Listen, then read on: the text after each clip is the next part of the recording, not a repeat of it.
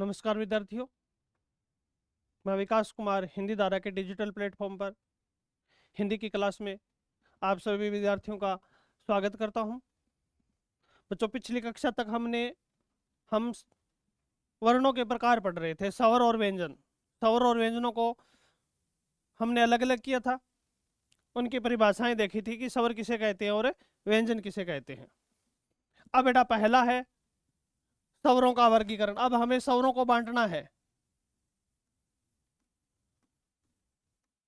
स्वरों का वर्गीकरण कि स्वर है वो कितने आधार पर विभाजित किए गए हैं, स्वरों का वर्गीकरण देखना है हमें। अलग अलग तरह से बांटे गए हैं। सबसे पहला जो वर्गीकरण है, सबसे पहले जो बांटा गया है वो बेटा बात कर रहे हैं हम जाति के आधार पर बांटे गए हैं। जाति के आधार पर,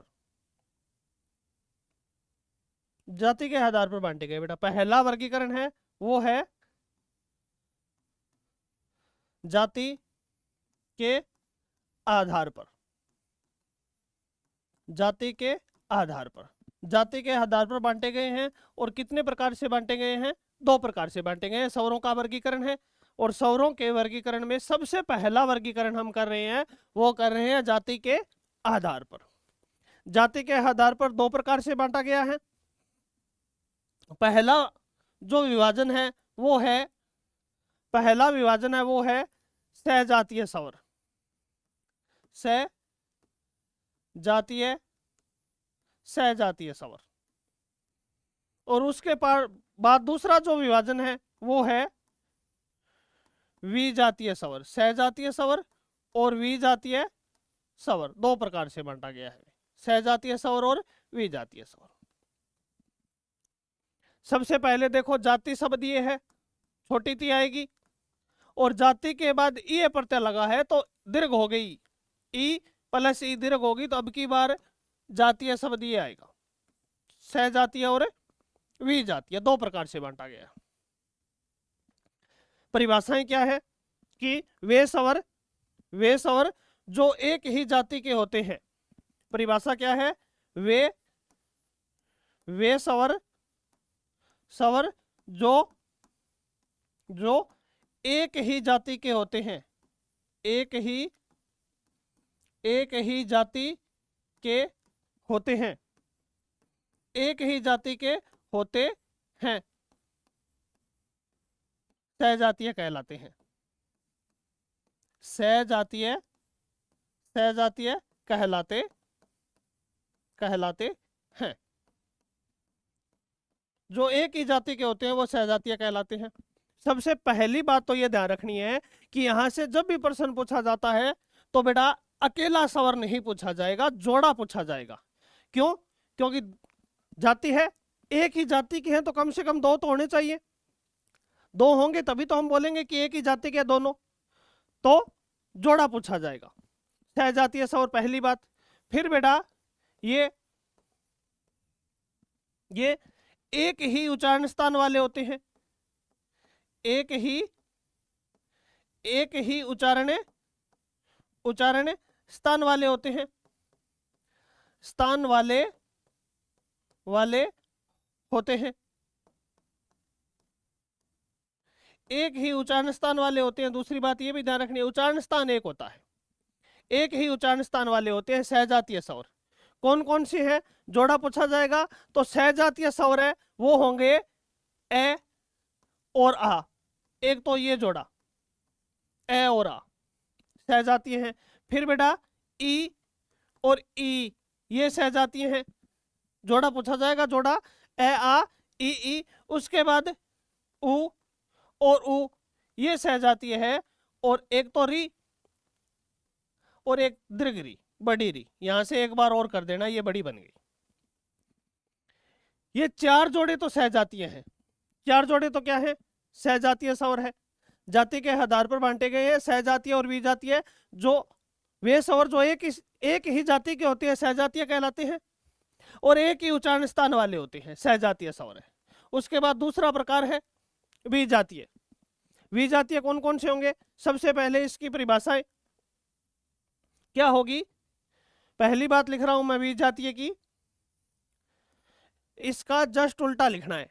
एक ही जाति के होते हैं जो भिन्न भिन्न जाति के होते हैं, जो अलग अलग जाति के होते हैं, अलग अलग जाति के होते हैं। पहली बात तो ये है, अलग अलग जाति के होते हैं, विजातीय कहलाते हैं। जाति अलग अलग होती है, यहां भी जोड़ आएगा। उसके बाद दूसरा, ये अलग अलग उच्चारण स्थान वाले भी होते हैं, अलग अलग उच्चारण स्थान वाले होते हैं, अलग अलग उच्चारण स्थान वाले होते हैं, अलग अलग उच्चारण स्थान वाले होते हैं, अलग अलग उच्चारण स्थान वाले होते हैं। कौन कौन से होते हैं बेटा? बहुत होते हैं भाई। जैसे ए है, ए के साथ ई का जोड़ा बना दिया, ई के साथ ऊ का जोड़ा बना दिया, ठीक है। ए के साथ ई का जोड़ा बना दिया। ध्यान रखना, कंफ्यूज मत होना, ये भी विजातीय है ए आई। आपको लगेंगे कि ये दोनों समान है, ये समान है, ये समान है, एक जैसे है, तो ये कैसे हो गया? क्यों हो गया? क्योंकि ए की उत्पत्ति है ना, ए खुद है। ए की उत्पत्ति खुद भी किससे हुई है? ए और ई से मिलकर बनी हुई है। ए और ई से क्या बनता है? ए बनता है। तो दो अलग अलगों से खुद ही अलग अलग स्वरों से बनाए, खुद ही अलग अलग स्वरों से बनाए तो विजातीय होगा। अब बेटा क्या होगा कि एक चीज देखिए कि ये एक स्वर है, ये बेटा किसके साथ मिल सकता है? ए के साथ मिल सकता है, आ के साथ मिल सकता है। यानी ए है, ये खुद 11 स्वरों के साथ मिलेंगे। अकेला है 11 के साथ मिलेगा, तो बेटा 11 कितने के साथ मिल जाएंगे? 11 के साथ मिलेंगे तो कुल 121 जोड़े बनेंगे, कुल 121 जोड़े बनेंगे। उन 121 जोड़ों में से 121 जोड़ों में से केवल बेटा ये 4 जोड़े हैं ना, ये तो सहजातीय हैं, और बाकी जितने भी मर्जी है उतने जोड़े बना लो, वो सारे के सारे विजातीय होंगे, वो सारे के सारे विजातीय स्वर होंगे। ये पहला विभाजन था हमारा जाति के आधार पर, सहजातीय और विजातीय स्वर। जो एक ही जाति के होते हैं, एक ही उच्चारण स्थान वाले होते हैं, सहजातीय कहलाते हैं। जो अलग अलग जाति के होते हैं, अलग अलग उच्चारण स्थान वाले होते हैं, वो विजातीय स्वर कहलाते हैं। कुल 121 जोड़े बनते हैं बेटा, कुल 121 जोड़े बनते हैं। कैसे बनेंगे? कि ये ए है, कोई भी ले लो, ई है, इस ई के साथ मैं क्या मिला सकता हूं? ए मिला सकता हूं, आ मिला सकता हूं, ई मिला सकता हूं, ई मिला सकता हूं, क्रम से मिलाता जाऊंगा मैं। जब एक ई के साथ मैं 11 मिला सकता हूं, तो 11 स्वर हैं, प्रत्येक के साथ 11 मिलेंगे, कुल 121 जोड़े बनेंगे। उन 121 जोड़ों में से केवल 4 जोड़े, 121 जोड़ों में से केवल बेटा 4 जोड़े तो सहजातीय हैं, बाकी सारे के सारे जोड़े क्या हैं? विजातीय स्वर कहलाएंगे। ये पहला वर्गीकरण था हमारा जाति के आधार पर। अब बेटा दूसरे वर्गीकरण की बात कर रहे हैं। दूसरा वर्गीकरण है स्वरों का, वो है कंठ की मांसपेशियों के आधार पर, कंठ की मांसपेशियों के आधार पर, कंठ की मांसपेशियों के आधार पर, कंठ की मांसपेशियों के आधार पर भी स्वर हैं, वो 2 प्रकार से बांटे गए हैं। कंठ की मांसपेशियों के आधार पर भी स्वरों को 2 प्रकार से बांटा गया है। पहला भाग है वो है स्थिल स्वर, स्थिल स्वर, और जो दूसरा प्रकार है वो है दृढ़ स्वर। दृढ़ स्वर 2 प्रकार से बांटे गए हैं। किसके आधार पर? कंठ की मांसपेशियों का मतलब है कंठों की जो ये नसें हैं, इन नसों के आधार पर कितने प्रकार से बांटे गए हैं। कंठ की मांसपेशियों के आधार पर 2 प्रकार के, स्थिल स्वर और दृढ़ स्वर। परिभाषाएं देखिए, स्थिल स्वर की परिभाषा क्या होगी? स्थिर स्वर की परिभाषा होगी कि वे स्वर जिनके उच्चारण में वे स्वर जिनके उच्चारण में क्या होगा, जिनके उच्चारण में कंठ की मांसपेशियां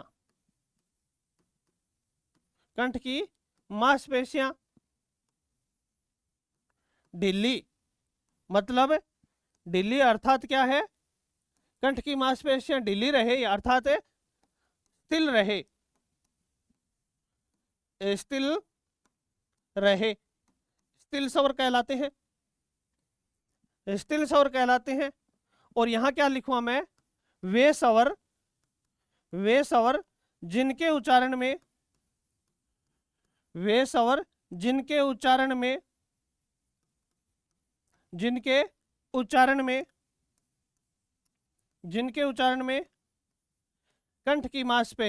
कंठ की मांसपेशियां क्या रहे, कठोर या फिर क्या बोल सकता हूं मैं, सख्त रहें, कठोर या सख्त रहें, क्या कहलाते हैं, दृढ़ स्वर कहलाते हैं। ये है इनकी परिभाषाएं स्थिर स्वर की और दृढ़ स्वर की, कि वे स्वर जिनके उच्चारण के अंदर कंठ की मांसपेशियां हैं वो ढीली रहे अर्थात स्थिर रहे, वो तो स्थिर स्वर कहलाते हैं। और जिनके उच्चारण में कंठ की मांसपेशियां हैं ये सख्त हो जाए, कठोर हो जाए, वो दृढ़ स्वर कहलाते हैं। अब बेटा स्थिर स्वर कौन कौन सा है, याद रखना, सारे छोटे छोटे ए, ई, उ, री, छोटी वाली री, उसके बाद ऐ का छोटा रूप ए और औ का छोटा रूप ओ। जितने छोटे रूप हैं, आ का छोटा रूप है, बड़ी ई का, बड़ा ऊ का, बड़ी री का छोटा रूप, ऐ का छोटा रूप और ऐ औ का छोटा रूप, जितने छोटे रूप है ये सारे के सारे स्थिर हैं। तो फिर दृढ़ कौन से हो गए, ई हो गया एक, तो एक बड़ा ऊ हो गया, एक कोई पूछे तो बड़ी री संस्कृत में आती है वैसे तो, एक ऐ हो गया और एक औ हो गया, सारे बड़े। लेकिन एक ध्यान रखना, आ है आ, ये स्थिर के अंदर आएगा। मैं ऐसा कह सकता हूं कि आ को छोड़कर सारे जो बड़े रूप हैं वो दृढ़ है, या मैं कह सकता हूं कि आ सहित जो सारे छोटे हैं वो स्थिर स्वर हैं। ये था हमारा दूसरा विभाजन, कंठ की मांसपेशियों के आधार पर। कंठ की मांसपेशियां किन के उच्चारण में तो सख्त हो जाती है और किन के उच्चारण में ढीली रह जाती है, स्थिर रह जाती है। कंठ की मांसपेशियों के आधार पर दो प्रकार के होते हैं स्वर, कंठ की मांसपेशियों के आधार पर स्थिर स्वर और दृढ़ स्वर। ध्यान रखना, जो सारे छोटे छोटे हैं, एक आ को याद रखना, आ को छोड़कर आ तो स्थिर में आ जाएगा, आ को छोड़कर सारे बड़े हैं वो दृढ़ है, और आ सहित जो सारे छोटे हैं वो क्या हैं, वो हैं स्थिर स्वर। ये दूसरा विभाजन था हमारा कंठ की मांसपेशियों के आधार पर, स्थिर और दृढ़ स्वर। उसके बाद बेटा बात कर रहे हैं तीसरे विभाजन की। तीसरा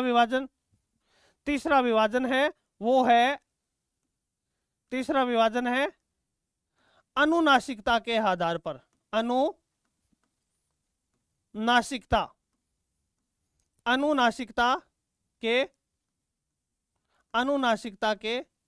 आधार पर। अनुनासिकता के आधार पर भी स्वर कितने प्रकार से बांटे गए हैं, दो प्रकार से बांटे गए हैं। अनुनासिकता के आधार पर भी दो प्रकार से है। पहले का नाम क्या है, सा अनुनासिक, यानी नाक सहित। स का अर्थ सहित होता है, स उपसर्ग है, अनु उपसर्ग है, सा अनुनासिक। और दूसरा कौन सा है, निरअनुनासिक,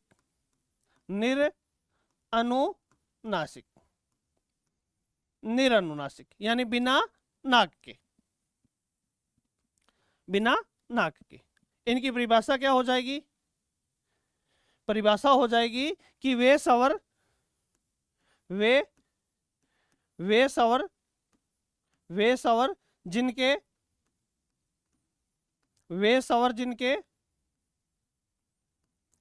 जिनका उच्चारण या जिनके उच्चारण में हवा मुख व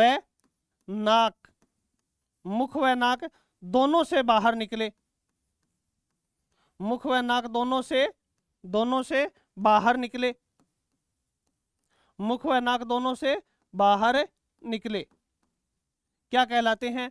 सानुनासिक। और यहां क्या लिखूंगा? यहां लिखूंगा वे स्वर जिनके उच्चारण में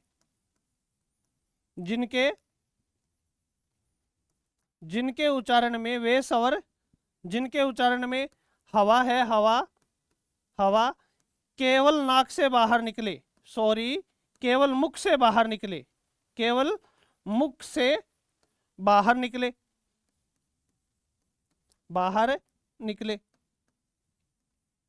केवल मुख से बाहर निकले, वो क्या कहलाते हैं?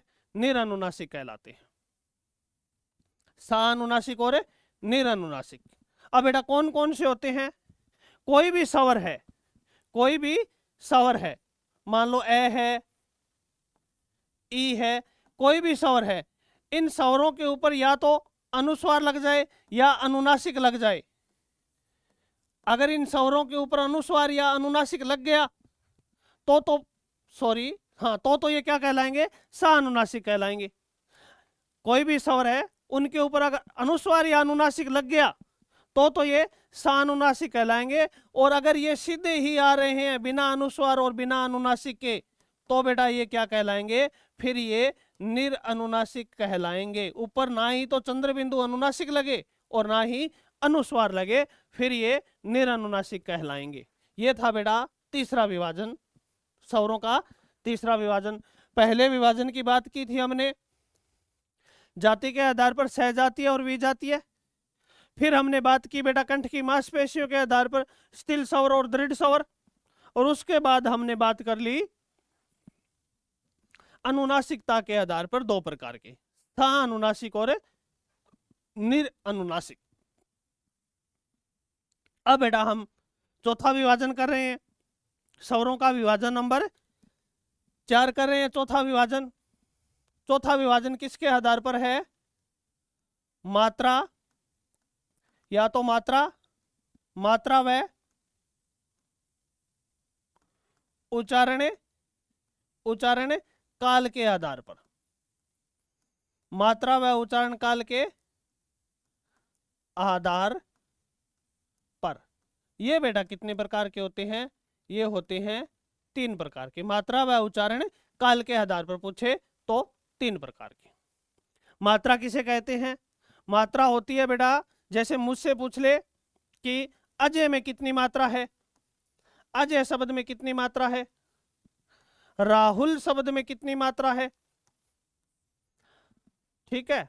उसके बाद बेटा कोई और पूछ ले विनोद शब्द में कितनी मात्रा है, विनोद में, तो मैं क्या बताऊंगा कि ए में 1 है, एक मात्रा है, क्यों? तीनों में एक ही ध्वनि है। रा है, आ, इसमें 2 मात्रा है। छोटा हुआ है, इसमें 1 मात्रा है। ल में 1 मात्रा है। वी में 1 मात्रा है। ओ में 2 मात्रा है और द में 1 मात्रा है। कुल मात्रा कितनी हो गई? कुल मात्राएं हो गई, यहां तो 3 हो गई, यहां 2 और 2 4 हो गई, यहां 1 2 3 और यहां भी कितनी हो गई? 4 हो गई। तो मेरे कहने का तात्पर्य क्या है, जो छोटे हैं ना, ए, ई, उ और री, इनकी मात्रा है, इनकी मात्रा तो 1 होती है। और जो बाकी बच गए, जिनको संधि स्वर भी बोलते हैं, ये 3 तो दीर्घ संधि में बनेंगे, उसके बाद ये गुण संधि में बनेगा, और उसके बाद ये वर्धी संधि में बनेगा। 7 बच गए इन चारों को छोड़कर। इन 7 की मात्रा है वो होती है 2 होती है, 2, और ये 2 मात्रा का चिन्ह है गुरु चिन्ह। किसके आधार पर पूछा है? मात्रा के आधार पर। स्वर पूछे आपसे मात्रा के आधार पर कितने होते हैं, और इन्हीं को उच्चारण काल कहा जाता है। जिनकी मात्रा एक होगी उनके उच्चारण में कम समय लगेगा। काल का मतलब समय है, उच्चारण में लगने वाला समय। जिनकी मात्रा एक होगी उनके उच्चारण में कम समय लगेगा, और जिनकी मात्रा एक से अधिक दो होगी उनके उच्चारण में अधिक समय लगेगा। तो मात्रा व उच्चारण काल के आधार पर कितने प्रकार के, 3 प्रकार के होते हैं। पहला है हर्षो स्वर, हर्षो स्वर। दूसरा प्रकार है वो है दीर्घ स्वर। और तीसरा प्रकार है वो है बेटा, वो है पलुत स्वर, पलुत स्वर। 3 प्रकार के होते हैं, हर्षव स्वर, दीर्घ स्वर और पलुत स्वर। ये 3 प्रकार के, हर्षव, दीर्घ और पलुत स्वर। इनमें अंतर भी कर लेते हैं बेटा और इनकी परिभाषा भी कर लेते हैं। सबसे पहली बात हर्षव स्वर है। इनका नाम क्या है? इनका नाम है, इन्हें एक तो क्या कहा जाता है, एक तो मुख्य स्वर कहा जाता है, और एक क्या कहा जाता है, एक मूल स्वर कहा जाता है। मुख्य स्वर और मूल स्वर कहा जाता है, पहली बात। ठीक है, मुख्य स्वर या मूल स्वर कहा जाता है। फिर बेटा इनके उच्चारण में, हर्षव स्वरों के उच्चारण में, इनके उच्चारण में सामान्य समय लगता है। कम समय नहीं बताना है भाई, कम समय लगता है ऐसा नहीं, सामान्य समय लगता है। सामान्य समय का मतलब है जितना आवश्यक है उतना ही लगेगा। इनके उच्चारण में सामान्य समय लगता है। सामान्य का मतलब जितना जरूरत है उतना ही लगेगा, सामान्य समय लगता है। फिर बेटा किसके आधार पर बात कर रहे हैं हम? मात्रा के आधार पर, उच्चारण काल के आधार पर बात कर ली कि सामान्य समय लगता है। फिर बात कर रहे हैं उच्चारण मात्रा के आधार पर। इनकी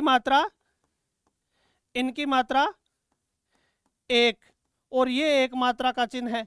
इनकी मात्रा एक होती है। मात्रा कितनी होती है? एक होती है इनकी मात्रा। और इस चिन्ह को क्या कहा जाता है? चिन्ह का क्या नाम है? चिन्ह का नाम क्या है? लघु चिन्ह। चिन्ह पूछे तो कौन सा चिन्ह है? लघु चिन्ह होता है। ये लघु चिन्ह, लघु चिन्ह। मात्रा कितनी होती है? एक होती है। और किस चिन्ह द्वारा दिखाए जाते हैं, दर्शाए जाते हैं? लघु चिन्ह द्वारा दर्शाए जाते हैं। मात्रा एक होगी। अगर पूछ ले इनकी संख्या कितनी होती है हर्षव स्वरों की, तो संख्या कितनी होती है? संख्या होती है बेटा 4। कौन कौन से होते हैं? एक तो ए होता है, एक ई, एक उ, और एक होती है बेटा री। एक क्या होती है? री। ये पहला विभाजन था। हर्षव स्वर है। दूसरा नाम पूछे तो मूल स्वर कहते हैं, मुख्य स्वर कहते हैं। बोलने के अंदर जो उच्चारण में समय लगता है, उच्चारण काल लगता है, वो सामान्य होता है। मात्रा एक होती है जो लघु चिन्ह द्वारा दर्शाई जाती है। इनकी संख्या 4 होती है। कौन कौन से? ए, ई, उ और री। उसके बाद बेटा दीर्घ स्वर। दीर्घ स्वर की पहली बात क्या है? इन्हें दूसरा नाम क्या है? इन्हें संधि स्वर भी कहा जाता है। क्या कहा जाता है? इन्हें संधि, क्या कहा जाता है? इनका दूसरा नाम क्या है? इन्हें संधि स्वर भी कहा जाता है। दूसरा नाम क्या है? संधि स्वर कहा जाता है।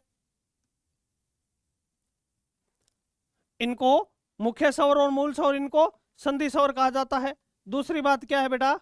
उच्चारण में जब इनका उच्चारण करते हैं तो क्या होता है? उच्चारण में क्या लगता है? हर्षव स्वर हैं। इन हर्षव स्वरों से क्या होता है?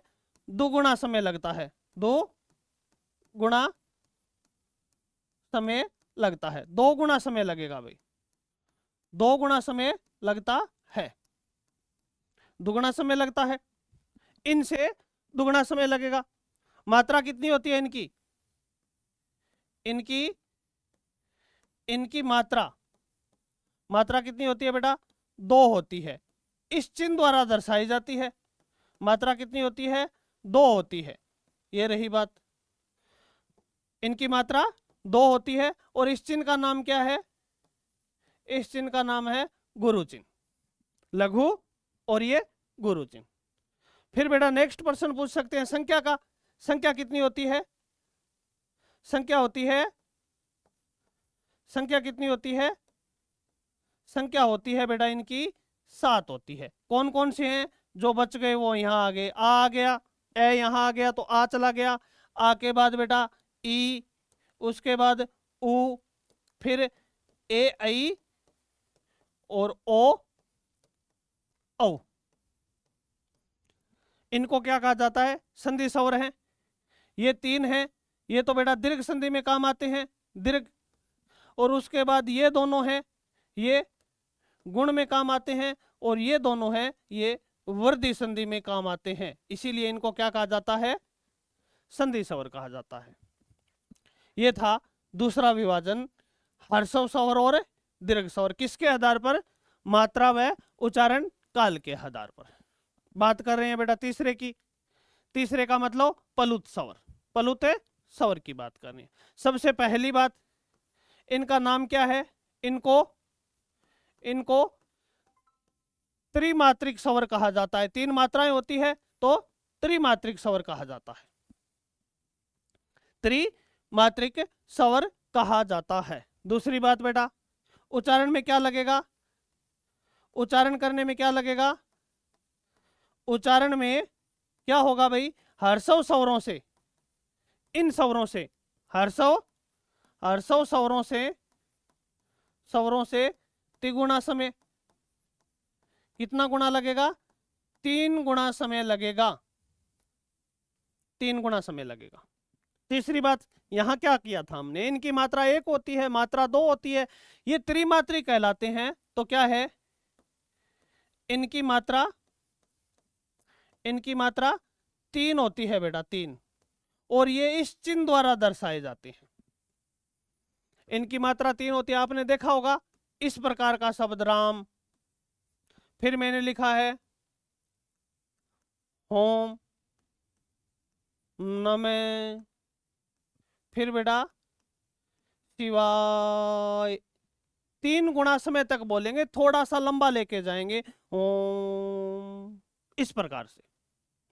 ठीक है, मात्रा 3 होती है। और इस चिन्ह का नाम क्या है बेटा? ये चिन्ह था, ये तो था लघु चिन्ह, ये था गुरु चिन्ह। और इस चिन्ह का नाम है, वो होता है, क्या होता है? अवग्रह चिन्ह बोलते हैं इसको, अवग्रह चिन्ह। अवग्रह चिन्ह नाम से बोला जाता है इसको। फिर बेटा संख्या पूछ ले, क्या पूछ ले आपसे?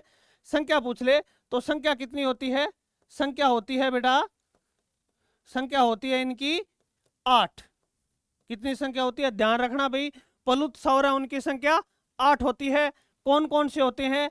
एक तो ए होता है, और 7 बेटा कौन से हो सकते हैं? दीर्घ हो सकते हैं। एक ए, और सातों के सातों ये वाले, सातों के सातों कौन से? सातों के सातों दीर्घ वाले स्वर हैं 7। कुल संख्या कितनी हो गई? 8 हो गई। अब बेटा ये 8 कैसे होंगे? गौर करो आप एक बात की, कि अगर हमें ह्रस्व स्वर है उससे दुगुना समय लगेगा, और फिर पलुत स्वर है उसमें 3 गुना समय लगेगा। अब बेटा मैंने इस ए को बोलना शुरू किया, ए को, तो इस ए को मैं 3 गुना समय तक लेके जाऊंगा तो ये ए ही बोला जाएगा, ए, इस प्रकार ए ही बोला जाएगा। तो ए का क्या होता है? पलुत होता है। उसके बाद बेटा इन तीनों का नहीं होता। क्यों? क्योंकि मैं इस ई का पलुत बनाना चाहता हूं। ई को बेटा मैं 3 गुना समय तक बोलूंगा। अगर मैं ई को 3 गुना समय तक बोलूंगा तो पहले ये 2 गुना समय तक आएगी। सीधा ये नहीं है कि 3 गुना समय तक चली जाएगी। मुझे छोटी ही बोलनी है, 3 गुना समय तक लेके जाना है, तो बेटा 2 गुना समय तक आते ही ये बड़ी ही बन जाएगी। ये किस में परिवर्तित हो गई? बड़ी में। अब बेटा पलुत होगा वो बड़ी ही का होगा, इसका पलुत नहीं होगा। यही कारण ओ के साथ है। अगर मैं ऊ को बोलूंगा 3 गुना समय तक लेके जाऊंगा तो पहले बेटा ये ऊ दुगने समय तक आएगा, दुगने समय तक आते ही इसका दीर्घ हो गया, इस ऊ का दीर्घ हो गया, फिर पलुत बेटा दीर्घ का होगा। इन तीनों का पलुत नहीं होता, इन तीनों का पलुत नहीं होता, बाकी सारों के पलुत होते हैं। प्रश्न बनता है बहुत अच्छा कि निम्न में से किस स्वर के तुरंत बाद अवग्रह चिन्ह का प्रयोग नहीं किया जाता? ऐसा कौन? यहां देखिए आ के बाद में प्रयोग हुआ है, यहाँ बड़े ऊ के बाद में हुआ है, यहाँ बेटा ए के बाद में हुआ है, यहाँ भी ए के बाद में हुआ है। तो किस स्वर के बाद अवग्रह चिन्ह का प्रयोग नहीं किया जाता? इन तीनों के बाद अवग्रह चिन्ह का प्रयोग कभी नहीं किया जाता, इन तीनों के बाद अवग्रह चिन्ह का प्रयोग नहीं किया जाता। बाकी 8 के साथ होता है, 8 और 3 11, इन तीनों के साथ नहीं होता, 8 के साथ होता है। एक तो यहां से ए आ जाएगा और बाकी 7 दीर्घ वाले स्वर आपके पास है। ये था बेटा चौथा विभाजन, मात्रा व उच्चारण काल के आधार पर। 4 विभाजन हो गए हमारे। किस किस के आधार पर बांट लिया हमने स्वरों को? सबसे पहला बेटा जाति के आधार पर बांटा हमने, स जातीय और वी जातीय। उसके बाद हमने दोबारा बांटा दूसरा विभाजन, वो बांटा था हमने कंठ की मांसपेशियों के आधार पर, स्थिर स्वर और दृढ़ स्वर। उसके बाद बेटा हमने अनुनासिकता के आधार पर बांटा, सानुनासिक और निरनुनासिक। उसके बाद हमने मात्रा व उच्चारण काल के आधार पर बांट लिया 3 प्रकार से, हर्षव, दीर्घ और पलुत स्वर। 4 विभाजन हमारे पूर्ण हो चुके हैं। नेक्स्ट विभाजन है वो आगे की कक्षा में करेंगे। तब तक सभी विद्यार्थियों को जय हिंद, जय भारत।